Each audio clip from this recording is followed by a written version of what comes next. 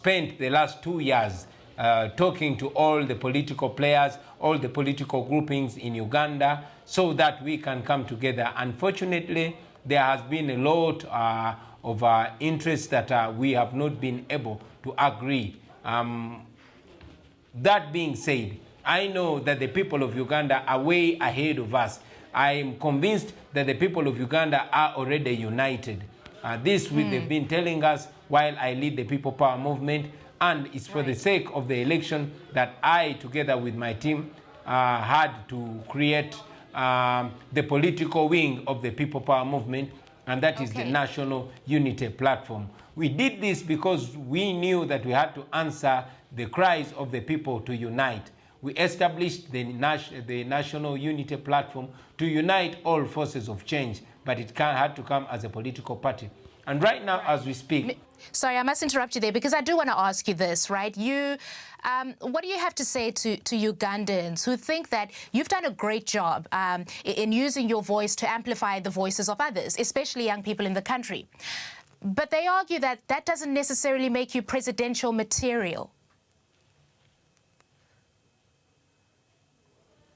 Well, I'm not here because I'm presidential material. There are so many people who are presidential material. They are in their thousands, but they do not have a voice. I come here, I present myself as a glue. I present myself as a glue to put together all this resource. What we need right now is a leadership that will lead us through this dictatorship. Right now, as we speak, I know that I'm fully qualified to lead Uganda. But again, I know that it's not my qualifications alone. It's the qualifications of all the Ugandans that want change.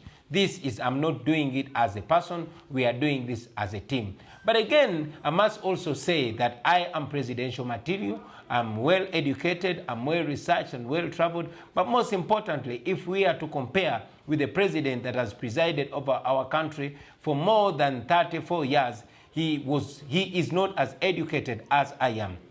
He was not as credible as I am.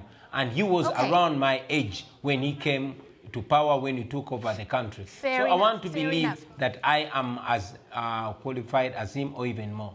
Fair enough. And I want to bring this conversation to you, Mr. Kyagulanyi, because what is it that you are offering Ugandans? Talk to us about some of your policy. Let's talk about next year's election. Assuming you get the job and you are president of Uganda, what is the first thing, for example, that you'll do as the president? I, together with my team, want to put an end to a lawless leadership. We have 5 core principles that we are targeting. One is the rule of law and respect for human rights, which you don't have in Uganda. The laws exist. We have the most beautiful constitution, and we have amazing laws which we do not respect, which the government in Uganda does not respect. So we want to return the rule of law and the respect for human rights. As a common person, one of our biggest cries has been the health sector, because we lose so many people that we shouldn't be losing. More than 300 children a day and more than 19 women giving birth die in Uganda on a daily basis. We want to improve the health sector. We want to improve education. We want to improve agriculture, because that is the bedrock of our economy. We want to bring back the ownership of the natural resources and land of our country to the hands of the people. And most importantly, finally, we want to unite our deeply divided country, divided along ethnic, class, and religious and political lines. We want to unite our country and then project a better image of our country, because we as Ugandans, we are better than the way we are being represented, or rather misrepresented. All right, that is Robert Kyagulanyi, better known as Bobby Wine, talking to us from Kampala, Uganda. Thank you, sir. Thank you very much. So we could give you hundreds of clips like that from governors, including Democratic, or Democrat as I call them, governors, which is actually the correct term. We could give you hundreds of clips just like that. We have them.